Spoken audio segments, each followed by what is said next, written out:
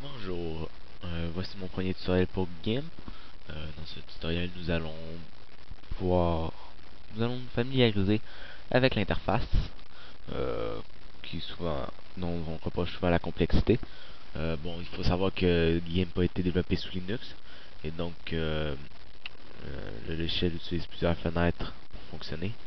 Euh, un- Quelqu'un de pas averti peut facilement se perdre, et bon, quelquefois ça peut être agaçant.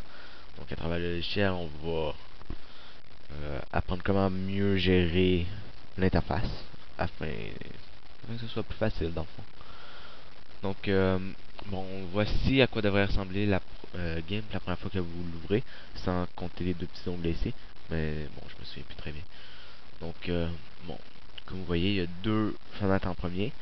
Et bon, c'est assez problématique, sachant que la première fenêtre peut facilement être intégrée dans la, la fenêtre principale de GIMP. Donc, il suffit de glisser les onglets jusqu'à côté des autres onglets. Malheureusement, le logiciel que j'utilise pour faire la vidéo m'empêche de faire ici. Donc, ce que je vais faire, c'est tout simplement fermer, close of tab. Donc, on peut aussi sortir des onglets, comme je viens de faire, il suffit de glisser à l'extérieur. Ou bien, bon, comme pour en rajouter, bon, on a juste à cliquer sur la flèche.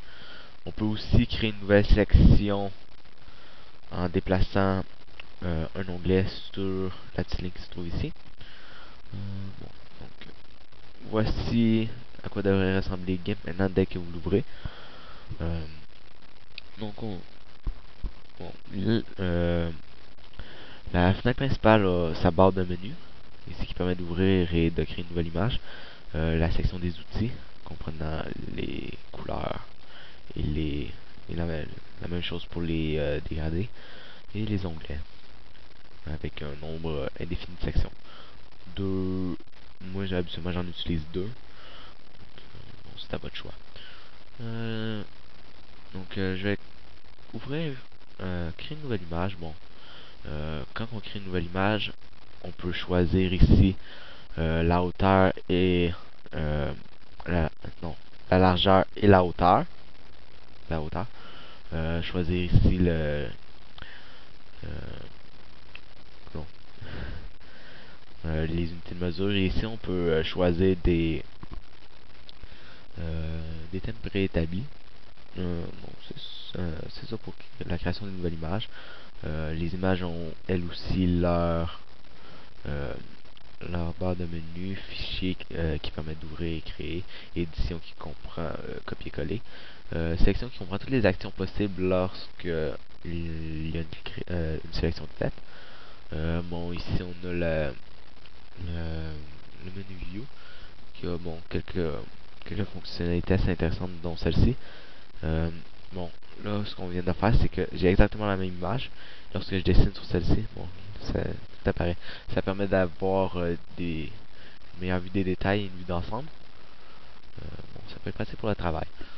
Sinon, il y a Image qui permet de modifier l'image en entier et Calque qui permet de modifier seulement les calques.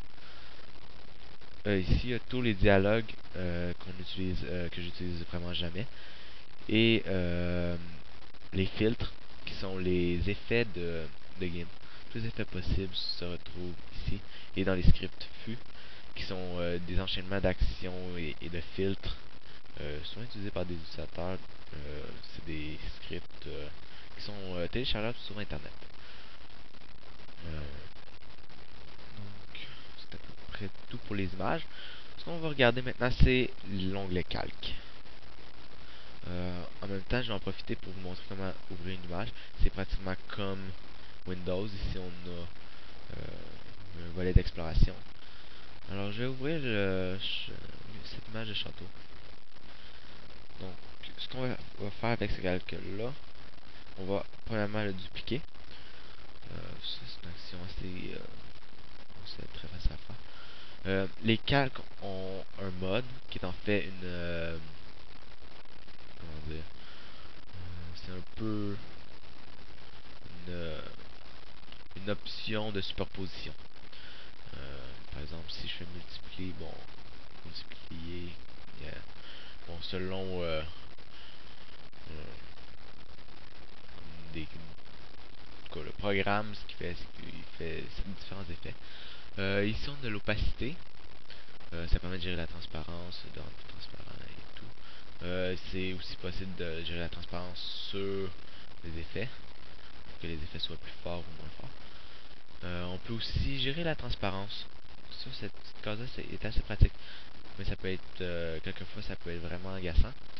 Par exemple, on peut effacer. Mais lorsque la case est cochée, on peut plus, je peux plus dessiner où c'est transparent. Parce que bon, en fait, c'est transparent. Il y a une image en dessous. Faut pas oublier que c'est un calque. Donc, et si je l'enlève, je peux colorier à nouveau. Donc, on peut créer aussi des nouveaux calques. En faisant ici. Et bon, on peut choisir différentes sortes de calques, la manière dont il se remplira et tout. Donc, j'ai choisi un calque transparent. Bon, je vais mettre un... Ok, un petit... donc, je peux bouger le calque, comme je veux. Et bon, ici on a une option pour lier les calques pour qu'ils se déplacent en même temps. Ça affecte seulement les calques et bon, le petit lien. Si je veux bouger le calque d'en dessous, bon, les deux autres ne bougeront pas avec lui. Il y a aussi l'œil qui permet de cacher un calque. Donc, bon, je pense que c'est à peu près tout ce qu'il faut savoir. En plus de pouvoir supprimer les calques. C'est à peu près tout ce qu'il faut savoir sur l'interface de GIMP. Bon, j'espère que le tutoriel va vous aider. Bon, dans le prochain tutoriel, je vais vous parler des outils.